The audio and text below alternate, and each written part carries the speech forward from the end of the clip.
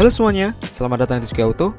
Gimana kabar kalian? Semoga baik-baik saja dan makin banyak rezekinya, amin. Nah, jadi di video kali ini aku mau ngebahas tentang transmisi mekatronik. Perkembangan teknologi saat ini turut diterapkan dalam perkembangan produk-produk otomotif, seperti misalnya penggunaan mekatronik pada mobil-mobil keluaran Eropa terbaru, seperti VW, BMW, Mercedes, Audi, dan yang lainnya. Karena semakin canggih sebuah kendaraan, membutuhkan pergerakan yang semakin presisi dan lembut. Lalu, apa sih sebenarnya mekatronik ini? Dan bagaimana cara kerja serta perawatannya? Mari kita bahas. Mekatronik adalah perpaduan kerja antara permesinan mekanis, elektronik, kontrol, dan komputer yang bekerja sama di dalam suatu desain proses. Terdapat 2 poin yang menjadi terpenting ketika kita membahas mekatronik, yaitu arsitektur kontrol desain dan aktuator sebagai pelaksana. Tugas utama dari mekatronik dalam transmisi otomatis yaitu membaca, mengatur, dan memindahkan transmisi pada saat mobil sedang berjalan. Sehingga menjadi tanggung jawab dari mekatronik dalam melakukan perpindahan transmisi yang selembut mungkin, namun tetap bisa melakukan perpindahan transmisi yang membuat konsumsi bahan bakar yang semakin hemat, atau perpindahan transmisi yang dapat membuat mobil dapat berjalan secepat mungkin.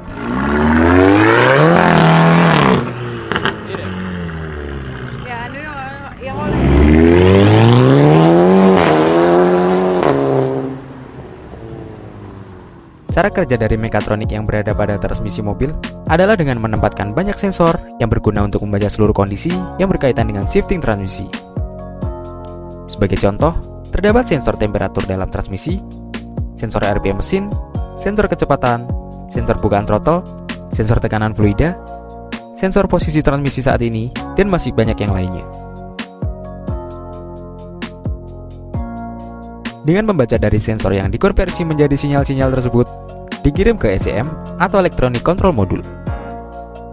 Di dalam ECM, sinyal-sinyal input dari sensor tersebut akan dikalkulasi lewat ratusan, bahkan ribuan perhitungan baik matematika dan fisika yang hasil dari perhitungan tersebut akan menghasilkan output yang memerintahkan aktuator untuk melaksanakan perintah dari ECM tersebut. Misalnya, apakah harus shifting up atau shifting down, atau bahkan tidak perlu adanya shifting. Aktuator yang dimaksud adalah kumpulan solenoid yang berfungsi sebagai pintu gerbang dari seluruh fluida-fluida yang bertekanan tinggi tersebut.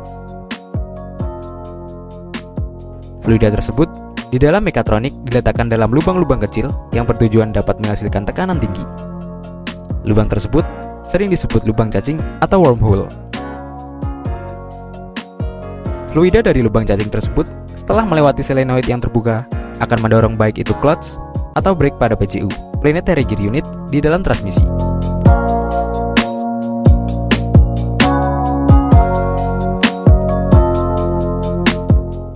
Lalu, bagaimana untuk perawatan dari transmisi mekatronik ini?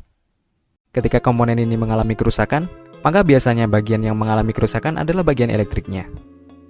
Namun, jika ada kerusakan pada bagian elektrikal, terdapat sikring yang disiapkan untuk menjaga komponen lainnya supaya tidak terjadi kerusakan yang lebih lanjut.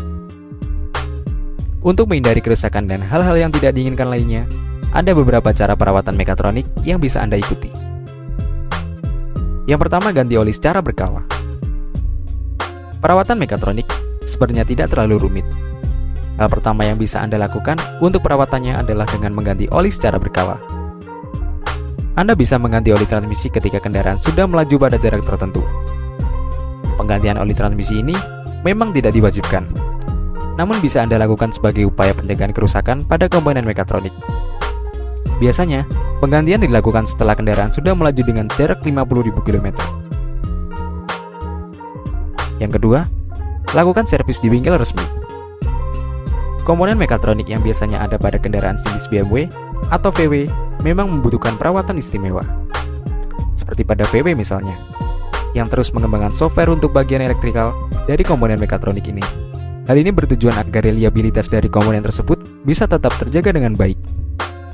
Karena itu, melakukan servis di bengkel resmi secara berkala juga memungkinkan Anda mengetahui jika terdapat update terbaru dari software yang dikembangkan. Kemudian, update tersebut pun bisa langsung diterapkan pada kendaraan Anda.